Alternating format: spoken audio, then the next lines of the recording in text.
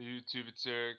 In this video, I'm just going to be covering the meeting that took place between the Roman Catholic Polish American priest Stanislav Orlemanski and Joseph Stalin. They met twice, but I think their meeting, the fact that they met is very significant because Stalin was trained by the Jesuits at the Tiflis Seminary.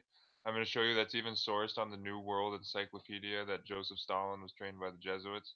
But you'll see like the basis of the American priest Stanislav Orlemanski going to see Stalin was to make sure that the Roman Catholic Church wasn't being persecuted in Soviet Russia, which it wasn't, because it was Joseph Stalin with his Jesuit training was running essentially like his whole philosophy of Marxism originates from the Jesuits in Paraguay. It was an American Avril Harriman, who coincidentally became the ambassador to Moscow, a skull and bonesman who set up the first commercial bank in Soviet Russia in 1922, that being the Ruskin Bank. You had the American Edmund Walsh, who was also stationed in Russia, between 1920 and 1930. But I'm going to show you, like, I found a videotape of Orlemansky speaking about how the Roman Catholic Church is not being persecuted in Soviet Russia. And here's a press photo here. I'll play this while the video is going. But here's a photo of Orlemansky with Stalin, and I'm going to play a video of Orlemansky speaking. So here's the video. Back in this country, Father Orlemanski tells the aim and results of his mission to Moscow. I went alone to Moscow. This is the video I'm playing right here. And I came back alone. You want to understand that I was invited. And as an American citizen, I really stood up as a man to man and talked to Stalin. End of the agreement signed. Just quickly after, I'm going to say that he was excommunicated by the church afterwards, supposedly, and I think that was all, to quiet down the fact that because the fact that Orlemansky, if you knew that Stalin was Jesuit trained, it completely exposes the Hegelian dialectic between Russia and America. And I'm going to read to you from the book The American Pope by Cardinal Spellman. It was on the order of Spellman that Orlemansky was like sent to a monastery after his meeting with Jesuit trained Stalin. I'm going back here to the video. I came back alone. You want to understand that I was invited. And as an American citizen, I really stood up as a man to man and talked to Stalin.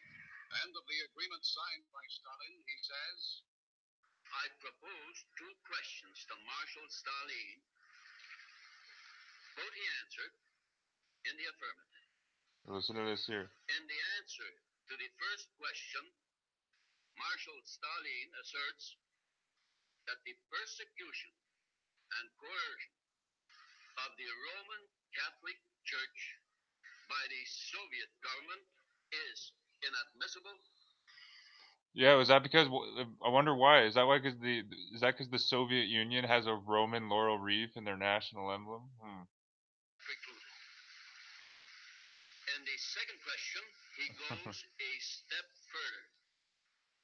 He is willing to cooperate with Holy Father against any such. So Orlemansky is saying Stalin, the Jesuit trained Stalin, is willing to cooperate with Eugenio Pacelli, the Holy Father Pius XII. Persecution or coercion of the Roman Catholic Church. Now, this is So you hear that? Stalin's going to work with the Pope to fight against the persecution of the Roman Catholic Church. I'm going to replay that at the end. Against any such persecution or coercion of the Roman Catholic Church. Now, this is a historic document signed by Marshal Stalin himself. Yeah, so there's the video. And you can here's the video of like here you see pre-suspended from Moscow trip. You can listen to this. It's like 39 seconds of like how Orlemansky was sent to a monastery. And interestingly, this is when Roosevelt was president. I'll link this in the description. Here you see a picture of Roosevelt at Fordham University here with Robert Ignatius Gannon, SJ at the center. It was interestingly Robert Ignatius Gannon. I exposed this in the last video, but he said that the FBI and the FBI and Fordham have the same ideas. And while Roosevelt sent Orlemanski out to the Vatican, he also Edward J. Flynn, Jesuit trained at Fordham, was Roosevelt's personal representative to the Moscow to Stalin. So your Edward Joseph Flynn, he was an Irish Catholic lawyer and politician, leading. He was the head of the DNC at one point. He was known for his tight control of the Bronx Democratic Party. After 1922, you see Flynn. He was a Democrat. He's a member of the New York State Assembly. He was a sheriff of Bronx County, New York. Interesting there. Add this to like, all the Jesuit trained sheriffs I exposed in the video I did on that. You see, here Flynn went to Fordham Law School. You see right here, and he was a close associate of Roosevelt. And he was also Flynn was one of the key figures in electing Harry Truman, interestingly, to the presidency. And I did a blog post on this. I'll link this in the description, but I just showed you how Roosevelt spoke at Fordham. Truman actually gave a speech at Fordham and accepted an honorary degree in 1946. Here, I'll show you the article here. You see here, this is like official quoting. Like this is, I even quote from the speech Truman gave from like the public papers. See here, 1946, Harry Truman receives honorary degree. Harry Truman says, I am happy to become a fellow alumnus of the men who have gone out from Fordham and are making such a substantial contribution to government in their communities. And Harry Truman said, I am confident that this splendid institution, Jesuit Fordham, with its educational system founded upon Christian values, play a full and noble part in the great adventure ahead of us. Yeah, and here you can see a video of the speech. I linked it. I'll link this blog post I put together in the description. You can even see while Truman's walking up, you can see Father Robert Ignatius Gannon, who said that Fordham and the FBI had the same ideas. Truman starts his speech by saying, Your Eminence, Robert I. Gannon. But you can see Truman walking up to the stage. Cardinal Spellman is walking up beside him. I'll just play that quick so you can see it here. See, there's Spellman where my mouse is right here. That's Spellman right there. And there's Truman getting his, and you can see him in this video getting an honorary degree from Fordham. Here he is, right here. Dude, there's Truman getting his honorary degree. And Truman also just, I'm bringing this up because Truman and Roosevelt used Ed Flynn as a ambassador to the Vatican, or not to the Vatican, to Moscow, while American Catholic priest Stanislav Orlemanski was also an ambassador to Moscow. There's a photo of it again here. But I'm gonna see if anyone's in the chat. But I'm gonna read to you a little excerpt from the book The American Pope by John Cooney. Give me a second here. And here's the source. Like this, here's it on the New World Encyclopedia. So Joseph Stalin, graduated first in his class, and at the age of 14, he was awarded a scholarship to the Seminary of Tipolis, a Jesuit institution. One of his classmates was Kirko Bedros Agnian, the future Gregor Piro Cardinal Agnian, who was like the patriarch of Armenia. Stalin attended the Jesuit Tiflis Seminary from 1894 to 1899. Let me see if anyone's in here.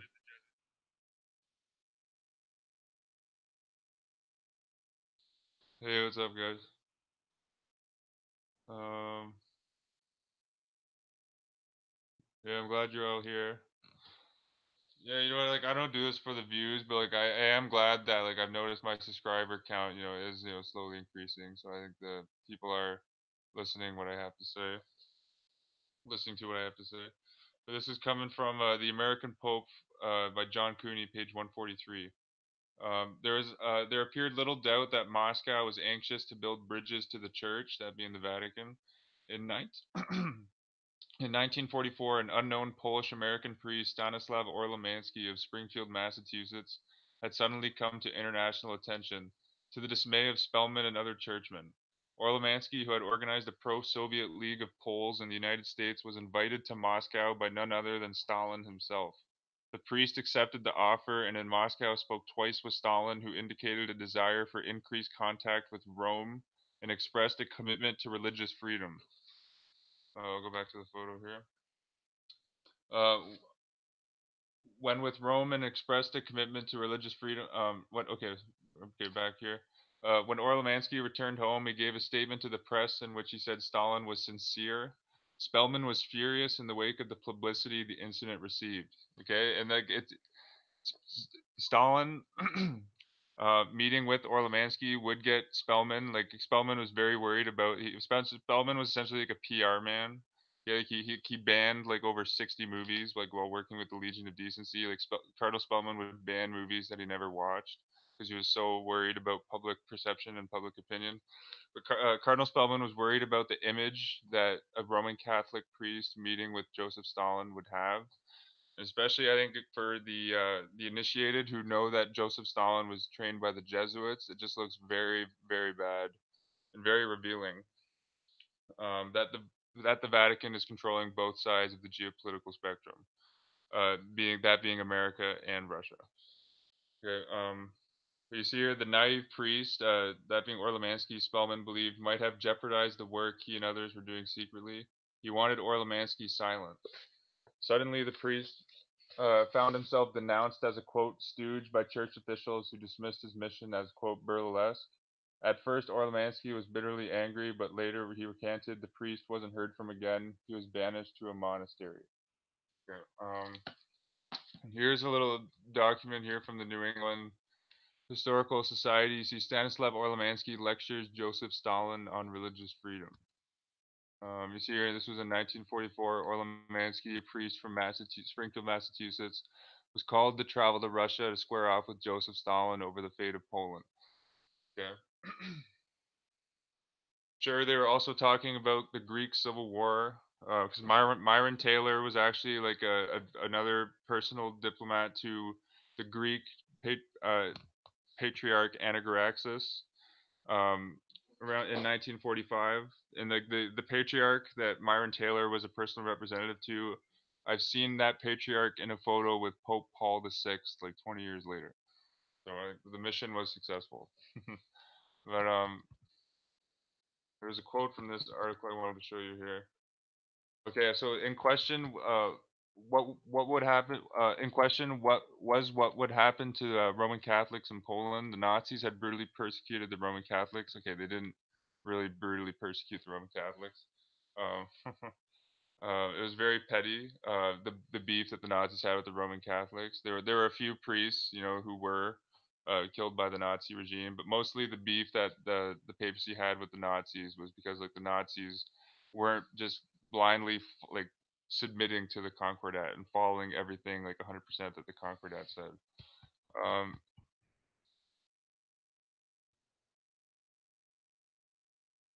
let me see here. Wait, this is what I want to show you here. So Orlemansky was pleased with what he had discovered. In contrast to Nazi persecution and the worst fears that Polish Americans had, Orlemansky found that Roman Catholics were reasonably well treated by Russia. So think about it, their Roman Catholics were well treated by the Jesuit-trained Joseph Stalin. That's right. And you had a Jesuit trained Edward J. Flynn as like FDR's personal representative to Stalin. There's information on this in Ira Manhattan's book here, The Vatican and World Politics. Here you see Father Orlemansky. See, Orlemansky was invited to Moscow where he had long conferences with Stalin. And he talked also here how Roosevelt sent Flynn to the Moscow. You see Mr. Flynn. You see here. Mr. Flynn was sent to Moscow and then to Rome, and then carried a renewed peace offer to Stalin. Right there. And actually, here's a photo of Edward J. Flynn I found with the Roman Catholic Generoso Pope, who's an Italian Catholic media man who founded the Inquirer magazine, if I'm not mistaken. He's here. Generoso Pope was meeting with the Roman Catholic Jesuit trained Edward Flynn, and Generoso Pope has there's a Pope Hall named after him at the Jesuit St. Peter's College in Jersey City. But yeah, I just wanted to bring up this meeting in case you guys didn't know, but I think it's just very revealing that the Vatican was controlling both Soviet Russia and the United States.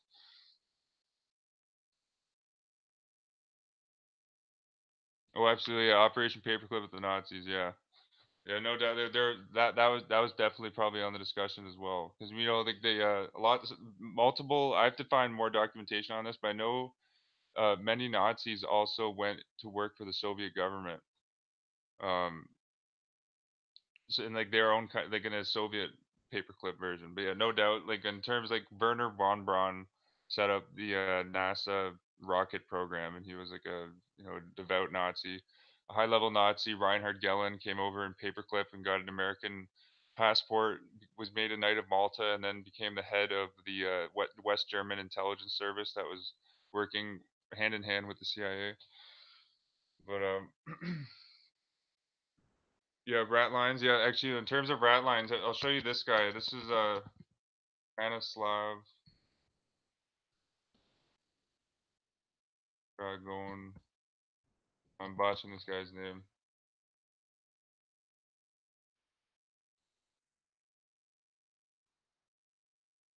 Um, Dragonovich. Dragon.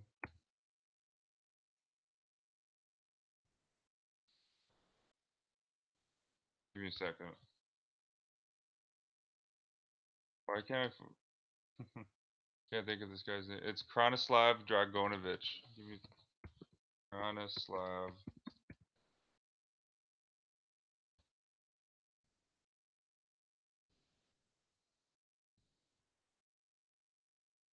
Okay, here it is.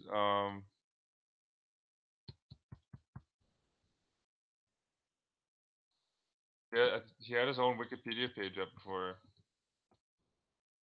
Okay, here, Krunoslav. This is what I was looking for. I apologize there for that. Yeah, Krunoslav Dragonovich. This guy like was running the rat lines out of Ustashi, Croatia. There's information on this Krunoslav Dragonovich also in Aver Manhattan's book. We see here he was a Croatian Roman Catholic priest associated with the rat lines, which aided the escape of Ustashi war criminals from Europe after World War II. And actually, I put up on my blog. You guys should check out. It's a declassified CIA document I put up. It's on the subject of paperclip. This was Operation Sunrise, which was like right. It was essentially like paperclip before paperclip. Sunrise got not high level Nazis like Klaus Barbie and Karl Wolf um, out of Nazi Germany and made them into American intelligence agents. Where was that here? And also, it says in this documentation that Alan Dulles met with Heinrich Himmler, who Heinrich Himmler possibly could have been a Jesuit. He had like a library of books on the Jesuit order. This is the CIA document I declassified here. You can find it on my blog. You see here it says here this is in a CIA document. Dulles, Alan Dulles, Alan Dulles was one of the high up American intelligence agents initiating paperclip. Dulles worked with dozens of Germans and others. Some were communists. Some were communist. You see, while others were Nazis. Okay, this was known as Operation Sunrise. One of Dulles's Nazi agents was the name of Gero von Schul-Gabernich, and he told Dulles that Alexander von Neurath, the German consul in Nagano, was in close contact with senior military and SS officers searching for an American contact. And it says here, Dulles continued to receive feelers in Switzerland from senior SS officers, including such notable Nazis as Heinrich Himmler, Ernest Kaltenbrunner, and Walter Schellenberg. Okay, look at that. Alan Dulles met with Himmler and Schellenberg. And in Edwin Paris's book here I source, Walter Schellenberg says that the SS organization had been constituted by Himmler according to the principles of the Jesuit order. Okay. Alan Dulles, coincidentally, has a nephew, Avery Dulles, who is a Jesuit priest. Okay. There's another character I found in this intelligence briefing, which was interesting. Was this guy here? Let me find his name. Okay, yeah, Baron Luigi Perilli. Okay, this guy was an interesting character here. You see here, Perilli was an intermediary between Allied intelligence officers and a Nazi SS man, Guido Zimmer. And you see here, Perilli, he was a pre-war European representative of a prominent American company with closely tied to the Nazi Zimmer and may have been one of his agents. You see here, Perilli received a visa to visit Switzerland and to present the German proposal to Major Max Weibel, a Swiss intelligence officer and a contact of Dulles. And just there's one interesting here part of thing about Perilli. He was like I think he was a Knight of Malta because this was in CIA documents here. You see here, by this point, Perilli had become an envoy to the extraordinary and ministry plenipotentiary of the Sovereign Order of Malta to the Bavarian government and the U.S. military occupation authorities. Where's my?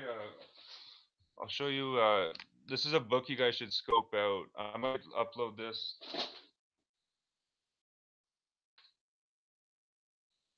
Wait a second.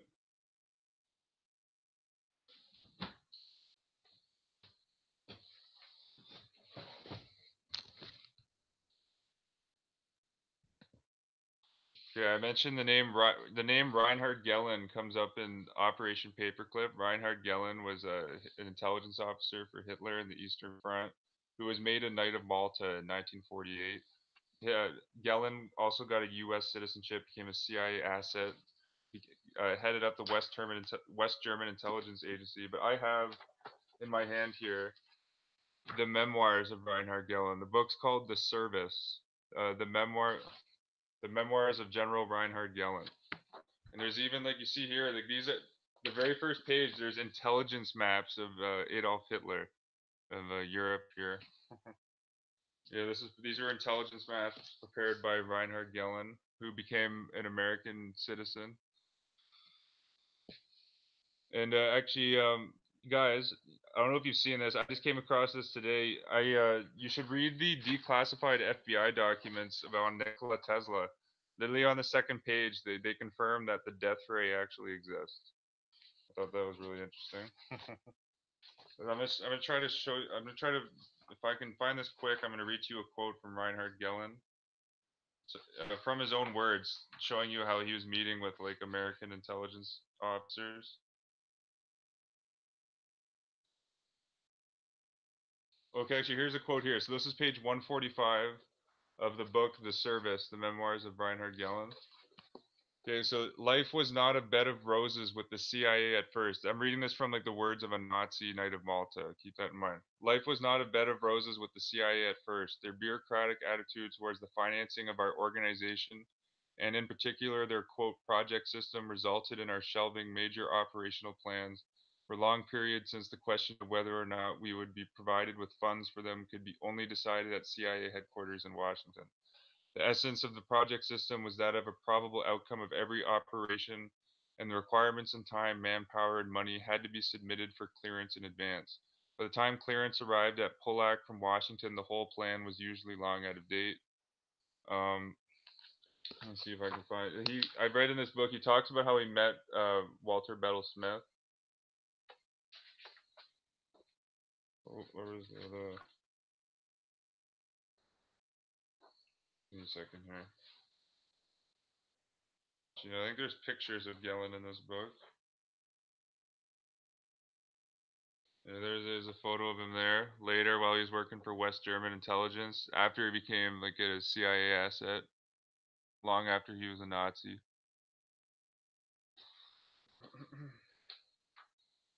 uh,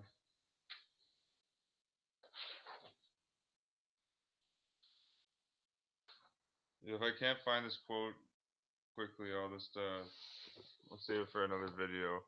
Just he talks about how he met the Roman Catholic Walter Battle Smith, who then became like the head of the CIA. Um,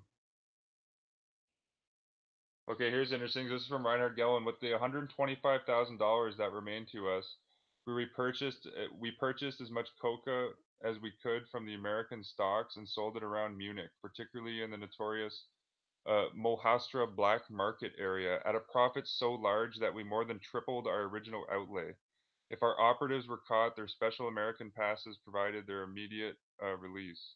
The American authorities convened wholeheartedly in this, as they had no option, but the general shortage of funds was so crippling that the other field units frequently had to discontinue important sources that they had built up, or agent leaders were forced to take new commitments upon themselves, underwriting costs out to their own pockets in the dim hope that everything would somehow turn out all right. Of course, it was hard to make them understand how it was The wealthy United States was suddenly unable to part with more money for us. But the negotiations on this problem were taking time because the domestic currency reform in Germany had taken the American authorities we worked with as much by surprise as us, and no kind of advanced planning had been possible. And it just says here again, this is words from Galen here, like the rapid transfer of the Galen organization from the U.S. Army control to the Special Coordinating Agency of the U.S. government had set up in 1947 the Central Intelligence Agency. We confidently expected the CIA to have a much broader horizon in the consequence of its global assignment to collect and collate political, economic, and military intelligence. And the head of the chancellor in West Germany at this time, his name was Konrad Adenauer, who was a Knight of Malta and a Supreme Order of Christ, and who went to Catholic Mass daily. His name's Konrad Adenauer.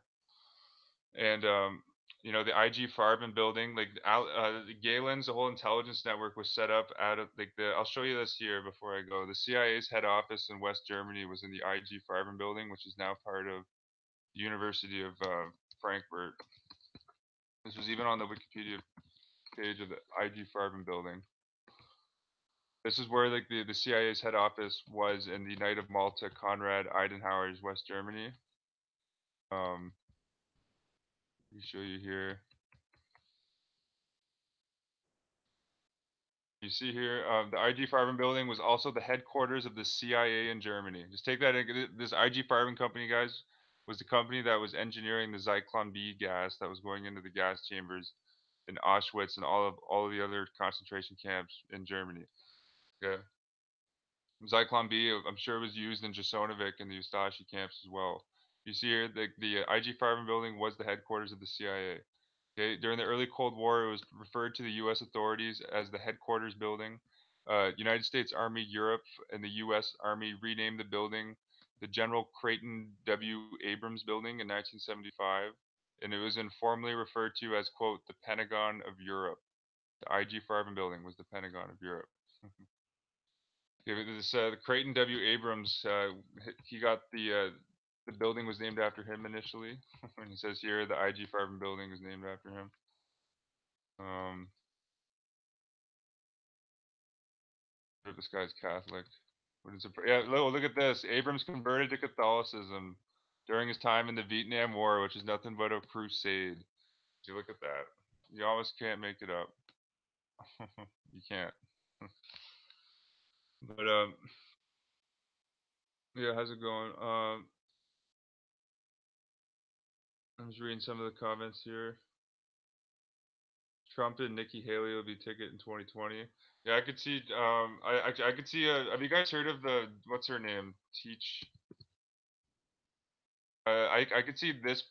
Have you heard of Zephyr Teachout? I could see her being a sleeper candidate for the Democrats because she's supposedly runs as this like Bernie Sanders progressive, right? Who's all about like helping out like the middle class guy. But look at Zephyr Teachout is a associate professor at Fordham University. Look at that.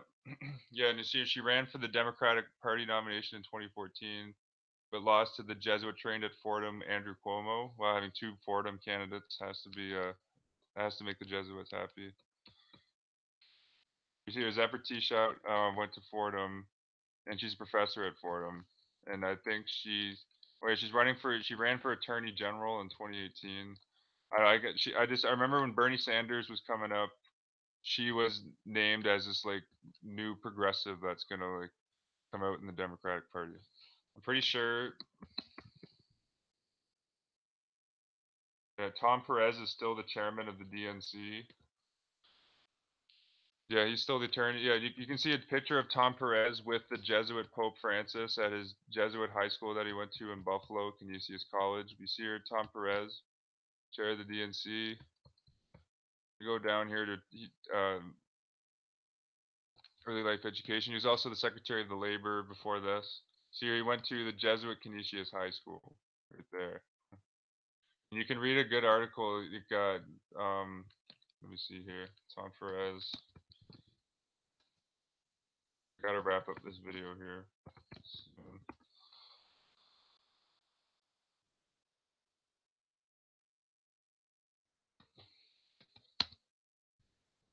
I had to take this article down. Okay, here it is. Here. Yeah, you can read this. This is from the Jesuits' own publication. Look at this. New Democratic Party leader Tom Perez has deep Jesuit connections. Look at that. And you see here, like, I'm pretty sure he has a Jesuit priest as a father-in-law. Yeah, this is what the current head of the DNC said. The Jesuits have always been practitioners of the notion that we will never be silent in the face of injustice.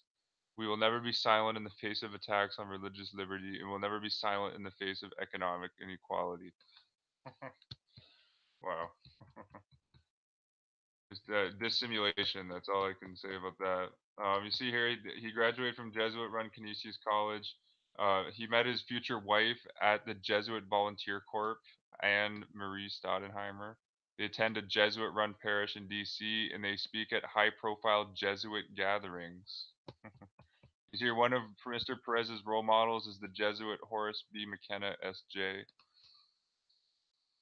So this is the head of the Democratic Party. So like this is the this is like the Democrats are going to put up a Jesuit puppet as their next candidate. I think another possible one would be Tim Kaine.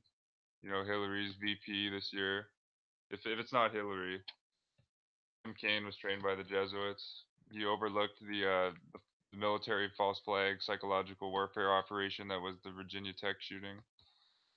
You see here Tim Kaine went to Jesuit Rockhurst High School, a Jesuit all boys prep school.